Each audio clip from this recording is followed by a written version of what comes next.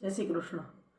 આજે આપણે એક એવો મસાલો બનાવશું કે જેમાંથી આપણે સમોસા, સેન્ડવીચ, દાબેલી, કટલેસ, રોટી રોલ બધું બનાવી શકીએ। એટલે સિમ્પલ સોબર મસાલો બનાવશું। એના માટે જોશે આપણે 500 ગ્રામ બટેટા બાફેલા લીધા છે,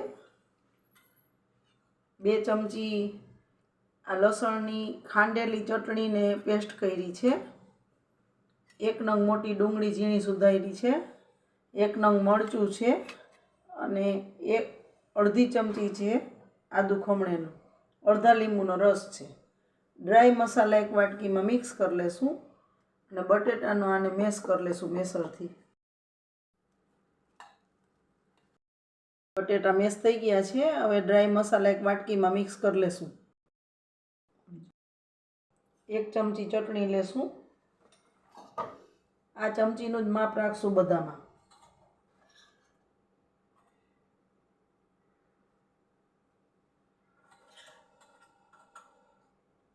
બે ચમચી ચટણી 1 ચમચી મીઠું અને 2 ચમચી ચટણી લેશું, અડધી ચમચી હળદર લેશું, અડધી ચમચી ધાણા જીરું લેશું, ચમચી ગરમ મસાલો લેશું, 2 ચમચી ખાંડ લેશું। બધા મિક્સ કરી લેશું।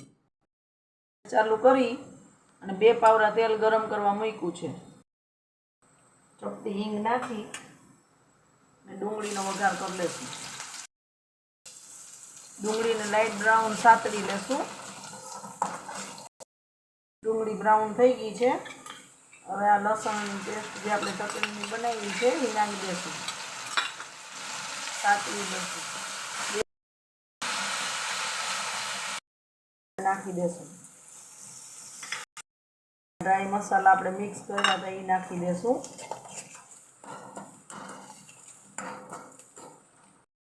નાખી દેશું।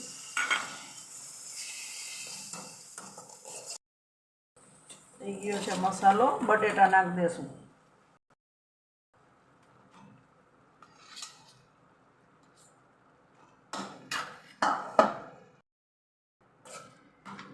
સરખું મિક્સ કરી લેશું બધું। મસાલો રેડી છે આપણો, ઉતારી લેશું। હવે આ મસાલો આપણો તૈયાર છે। એમાંથી આપણે દાબેલી રોટી બનાવશું। રોટલી બનાવેલી હોય એમાંથી બનાવશું। ગેસ ઉપર લોઢી ગરમ મૂકી દેશું। હવે એના માટે પાછું આપણે લસણની ચટણીની પેસ્ટ કરી છે, ગોળ આંબલીની ચટણી કરી છે, ગ્રીન ચટણી કરી છે, સેવ જોશે, દાડમના દાણા જોશે, ત્રણેય ચટણી મિક્સ કરી લેશું એક વાટકીમાં, એટલે અલગ અલગ ચોપડવી ના પડે। આંબલીની ચટણી નાખી દેશું, 1 ચમચી મોટી ભરીને આખી ગ્રીન ચટણી, ત્રણેય મિક્સ કરી લેશું આમાં। ત્રણેય ચટણી મિક્સ થઈ ગઈ છે। ત્રણેય ચટણી છે એ લગાડી દેશું, એના ઉપર આ મસાલો લગાડી દેશું સરખો। મસાલો લગાડી દીધો છે। હવે સેવ છાંટી દેશું સહેજ,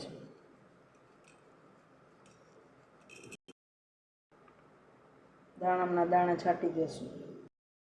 બીજી રોટલીમાં આ રીતે પછી ત્રણેય ચટણીનું મિક્સચર છે એ લગાડી દેશું। તૈયાર કરેલી રોટલીની ઉપર ઊંધી ઢાંકી દેશું, સહેજ ઘી લગાડી અને રોટલી શેકવા મૂકી દેશું અને શેકી લેશું।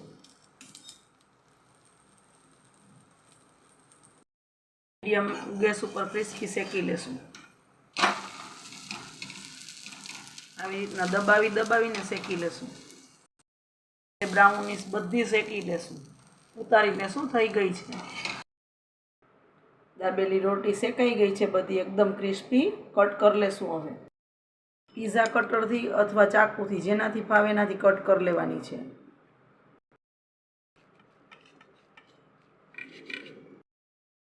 આ રીતે બે કટ થઈ ગયા છે। હવે સર્વ કરી દેશું। હવે જે આપણે મિક્સ ચટણી છે એ આના ઉપર થોડી થોડી લગાવશું. ઉપર સેવ છાંટી દેશું.